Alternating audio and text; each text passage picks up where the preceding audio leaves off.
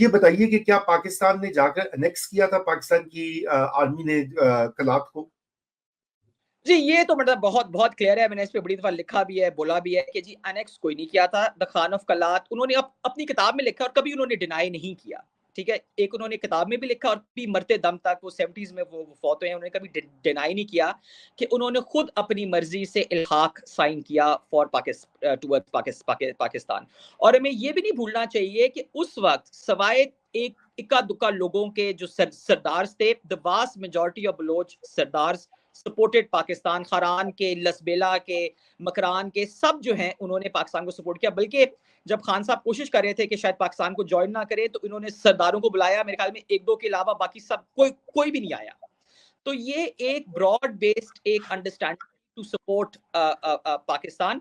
Was it a good or a bad one? That's another kind of a question. मगर खान साहब ने खुद इल्हाक किया और उसका खुद फैसला किया। वो कोशिश कर रहे थे कि बलूचिस्तान कलात जो है कोई ट्रीटी कर ले, कोई कुछ कर ले, मगर वो एंड पे नहीं हुआ। उन्होंने जिस तरह बाकी लोगों ने इंस्ट्रूमेंट ऑफ एक्सेशन साइन किया, और इंस्ट्रूमेंट ऑफ एक्सेशन आज आप गूगल करें, आपको ऑनलाइन भी मिल जाएगा। मैंने अपनी किताब में भी उसकी कॉपी डाली हुई है। उन्होंने इंस्ट्रूमेंट ऑफ एक्सेशन जो बाकी जिन जैसे रियासतें थी उनकी तरह साइन किया।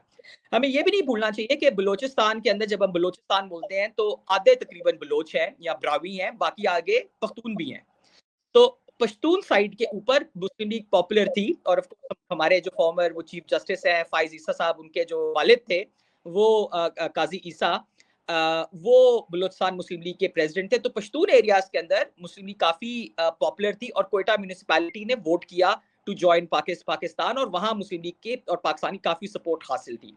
सो एटलीस्ट आधे बलूचिस्तान तो बहुत क्लियर था, बहुत देर से क्लियर था। जो हम बलूचिस्तान जो बोलते हैं, जो पहले जमाने में ब्रिटिश बलूचिस्तान बोला जाता था, कि वो प्रो पाकिस्तान है। और यहाँ जो एक रियासत थी, वहां खान के पास लीगली हक था कि वो इल्हाक करे कि ना करे, और उसने लीगली किया। ऑफ कोर्स प्रेशर डाले गए इंडिया के अंदर भी बड़े लोगों के ऊपर, महाराजा ऑफ इंदौर के ऊपर प्रेशर डाला गया, महाराजा ऑफ जोधपुर पे प्रेशर डाला गया, मगर वो कहना कि हमला करके अनेक्स किया गया वो गलत बात है, वो हुआ नहीं।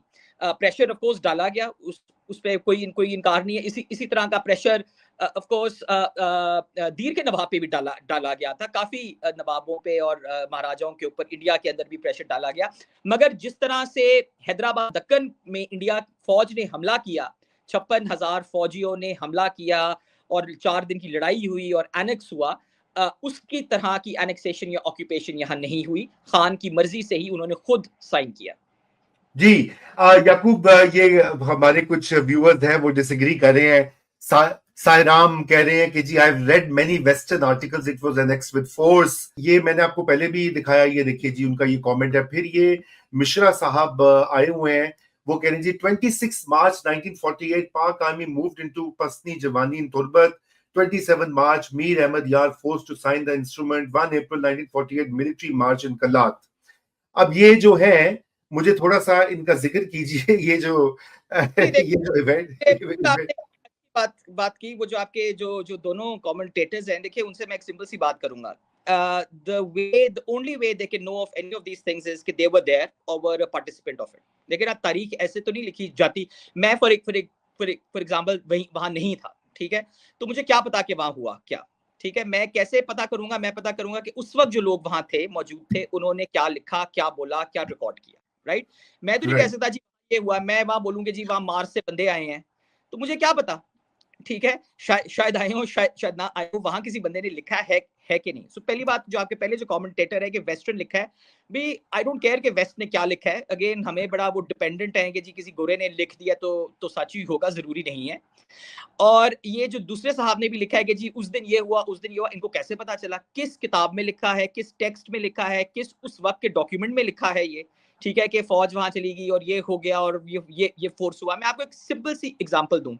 बलूचिस्तान जो कलात रियासत के जो खान थे, वो खान ऑफ कलात मीर अहमद यार खान है, ठीक है। उन्होंने खतूत भी लिखे गवर्नमेंट ऑफ पाकिस्तान को, जो रिकॉर्डेड है, हमारे पास है, पब्लिश हो चुके हुए हैं, और उन्होंने अपनी ऑटोबायोग्राफी भी लिखी।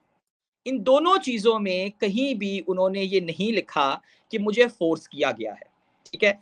तो जो खान ऑफ कलात खुद कह रहे हैं कि जी मैंने किस तरह से पाकिस्तान के साथ इल्हाक किया है, तो उस तरह से किया है, ठीक है। There is no reason to doubt that. अगर आप खान ऑफ कलात की अपनी वो देखें, तो उन्होंने क्या कहा कि जी 27 मार्च को उन्होंने ऑल इंडिया रेडियो पे खबर सुनी, ऑल इंडिया रेडियो पे, पाकिस्तान का इसमें कोई अमल दखल नहीं, ऑल इंडिया रेडियो पे खबर सुनी कि जी कलात ने इंडिया के साथ इल्हाक करने की एप्लीकेशन दी है। तो उन्होंने कहा कि जैसे ही मैंने ये सुना, मैंने कहा नहीं, इसमें मिसअंडरस्टैंडिंग पैदा होगी बिटवीन पाकिस्तान एंड कलात। तो इसलिए उन्होंने कहा कि जी मैं अब आज से इल्हाक करना चाह रहा हूँ टू पाकिस्तान। ये उन्होंने खुद लिखा है, ठीक है।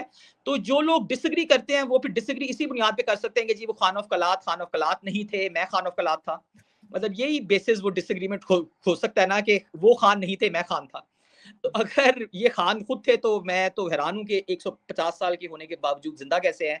और इनके साथ आपको प्रोग्राम करना चाहिए कि ये खान ऑफ कलात है, वो असली वाले और अहमद यार खान साहब झूठ बोल रहे थे। मगर जब उन्होंने कहा है कि मैंने खुद इल्हाक किया है और कोई प्रेशर भी नहीं था, तो मान लेनी चाहिए उनकी बात, ठीक है। वो कोई छोटे बच्चे और अच्छा, और ये याद रखें, उन्होंने एक इंसर्जेंसी की, उन्होंने पाकिस्तान के खिलाफ 1958 में एक महाज शुरू किया। तो वो कह सकते थे तब कि नहीं, ये मैंने पहले जो लिखा था झूठ लिखा था या प्रेशर में आके लिखा था। अगर उन्होंने पाकिस्तान के खिलाफ एक इंसर्जेंसी शुरू की तो ये भी कह सकते थे, कभी नहीं उन्होंने कहा, उन्होंने कभी डिस्प्यूट नहीं किया कि जिस तरीके से कलात पाकिस्तान का हिस्सा बना। ये बाद में फिर लोग वो कहते हैं ना, जितनी मुती उतनी बातें, लोग अब कहानियां बाद में बनाते रहते हैं। पर देखिए, तारीखदान का तो बेसिक काम है कि जिस बंदे के पास इख्तियार था, क्या उसने साइन किया? हाँ जी, उसने साइन किया, खान ऑफ कलात ने। उसने क्या लिखा, मैंने वो आपको पढ़ के सुना दिया। अगर इन लोगों को नहीं पसंद कि उसने क्या लिखा, टफ लक, मतलब वो खान ऑफ कलात था, मगर ये कहानी कर लेते। No no, I am glad, I wanted के फैक्ट्स जो है वो बड़े जरूरी होते हैं, हमारा जो भी नजरिया हो। और अनफॉर्चुनेटली आजकल चूंकि आपको पता है कि व्हाट्सएप की यूनिवर्सिटियां खुल गई हुई हैं, इसलिए आपका तो याकूब काम जो है ना वो बिल्कुल आजकल अंडर थ्रेट है। आप जैसे हिस्टोरियंस को भी एक व्हाट्सएप के ऊपर अपना चैनल बनाना चाहिए। एग्जैक्ट कोट उनकी किताब से पढ़ के सुनाऊं। उन्होंने कहा, it is therefore declared that from 9 p.m. or March 27th, the time when I heard the false news, I forthwith decided to accede to Pakistan, and that all differences that now exist between Kalat and Pakistan be placed in writing before Mr. Jinnah, whose decision I shall accept. जी, उन्होंने ये खुद लिखा है, बिल्कुल। तो ये ना मैं कह रहा हूं कि मैंने सुना है, ये उन्हीं की तहरीर को मैं पढ़ के सुना रहा हूं। ना कोई माने, मगर देखे ना, खान तो वो थे जो इंसान नहीं मान रहा, वो इसलिए नहीं मान रहा कि वो नहीं मान रहे।